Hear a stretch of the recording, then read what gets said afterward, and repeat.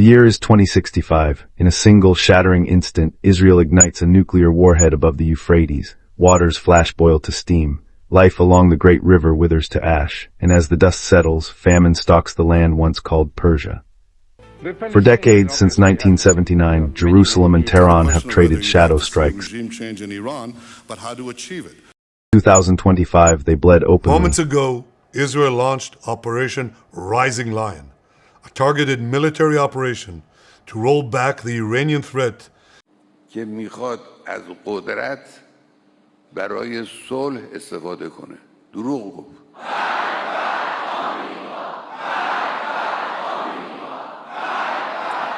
24 years of fury followed. Today, the fuse is finished.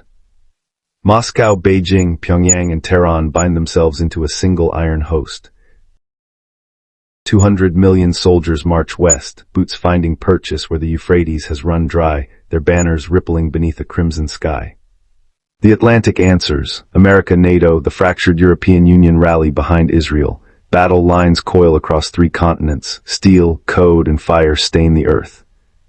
In New York, the marble halls of the United Nations quake as a lone figure pleads for peace.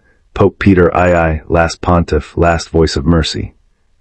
But mercy dies in an instant. A warhead blossoms over Vatican City. White stone becomes glass. Saints are carried on a wind of flame. NATO spirits the Pope to Jerusalem, occupying the Holy Land for his protection. Upon Mount Moriah, where a gleaming third temple now stands, Peter II watches lambs bleed upon new altars, and the old prophecies stir. June 6, 2066, noon bells toll. The pontiff steps into the temple's inner court and lifts a voice that shakes the nations. I am Alpha and Omega, God among men. Israel's priests fall to their knees. The world gasps, then applauds. Rome is no more, Europe bows. The Pope crowns the House of Windsor as worldly throne, naming the EU Peter's empire. Jerusalem becomes the planetary capital, NATO his sword. A single decree follows, all currency becomes digital, all flesh must bear an RFID sigil, mind and memory uploaded into the all-seeing cloud. On Ash Wednesday, the multitude stream toward Zion, obedient. Above them, Project Blue Beam paints the heavens with swirling tongues of every language. An image of the pontiff towers in the air, its mouth moves, its eyes burn, and the people swear allegiance as needles pierce their skin.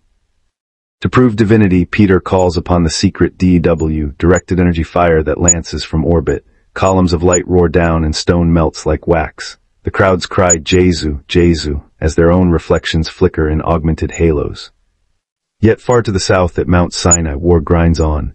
NATO divisions clash with the Eastern Colossus. Russia, Iran, China, and North Korea locked in a valley of smoke and broken drones. 4 bitter years crawl past. 2070 arrives to the beat of iron hearts and empty magazines. Then, without warning, the sun fails. Noon turns to pitch. A blood-red moon bleeds across the firmament. The stars tumble like sparks from a dying forge. Heaven splits. The vault of sky rolls away like parchment. A voice older than oceans thunders through every soul, soldier and civilian alike. Behold, I am King of kings and Lord of lords. I summoned you to this valley to judge the violence of your hearts. Warriors drop their rifles. Generals forget their names. Even Pope Peter II feels the weight of eternity press upon his stolen throne. Mountains groan, cities crumble. The great armies east and west are swallowed by dust and silence.